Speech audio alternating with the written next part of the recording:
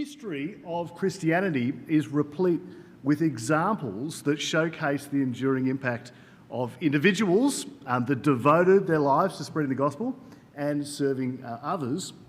You know, whether it's the early church or in the Reformation period or in modern times, the stories of these faithful men and women offer valuable lessons, I reckon, on the importance of ministries that stand the test of time.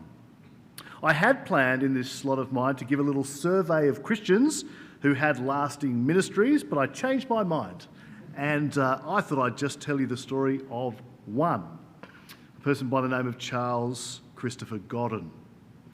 You've probably never heard of him, Charles Christopher Godden, but he's a legend.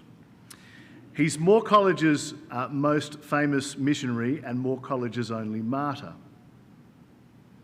Charles Godden was born in 1876, just 20 years after Moore College really kicked off. He was born in Victoria and came up to Moore College and was one of the top students in his time. He was ordained and did ministry in the Anglican Church in Surrey Hills, St Michael's.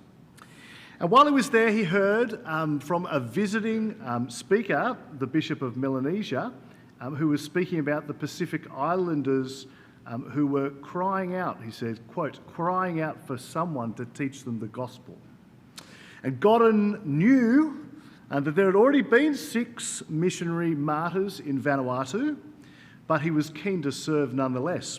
And so he wrote to a friend of his. He said, I shall therefore have the opportunity of glorifying God by my devotedness to the lost sheep whom the Good Shepherd is seeking. Well, after some training on Norfolk Island, he went to an isolated little island in Vanuatu called Ambae. The island was basically a volcano and said to be one of the 10 most dangerous on the planet. The island itself was scattered little villages around it, and a number of, quite a few native people lived on it. Godden at that time was just 24 years old, and he vigorously visited these villages, and he went up into the mountains, to the jungle regions as well. He was well liked by the locals, and he gained a reputation for caring for their illnesses, teaching them the Bible, and starting schools for the children. He learned the local dialect, and he preached as best he could, often with an interpreter. He found time, somehow, to come back briefly to his old church and marry his sweetheart, a woman named Eva. The best man at his wedding was a man called David Knox, whose son was Broughton, who you may have heard of. Together, he went back to Ambae and heard that there was a sick child up in the mountains who needed care. The locals, though, warned him not to go, as there was a dangerous criminal on the loose. Nevertheless, Charles Godden considered it part of his God-given ministry to serve. And so, on that fateful day, 16th of October, 1906, Godden went up into the jungle to care for the child and minister to the family and others there. He baptised the child and others who were there in the village, even opening a new little thatched church for them. But on the way down the mountain, this dangerous criminal who'd been following him at a distance snuck upon him as he bent over to get a rock out of his shoe and shot him in the leg. And after that took an axe to his body.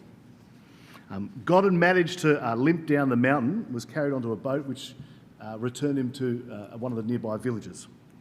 His last sentence was, let there be no fighting because of me, let there be peace. As people wanted to get revenge for him, take down this criminal. And then shortly after that, he uttered in his last few words his wife's name, Eva. They'd only been married for 10 months, and he didn't even know that she was pregnant with their first child.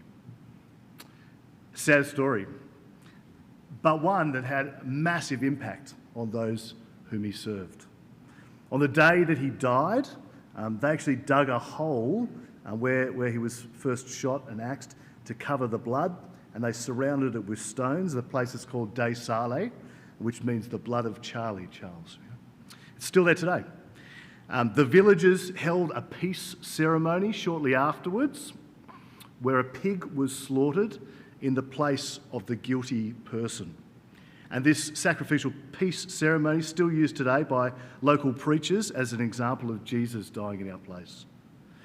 We've got a plaque that commemorates him over at our Cash Chapel across the road, and the Church of Melanesia remembers him every year on October 16.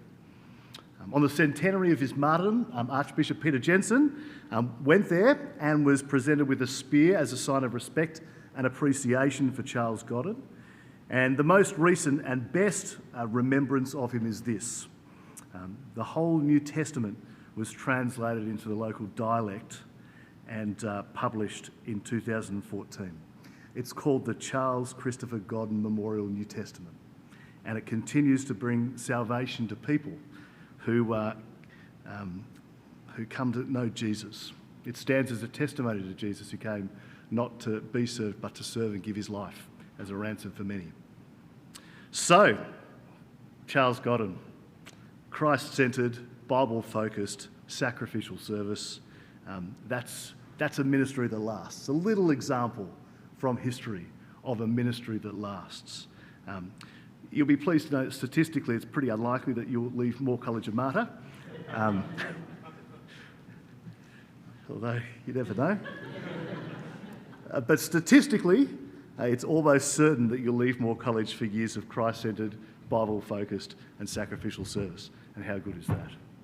Yeah. I'm going to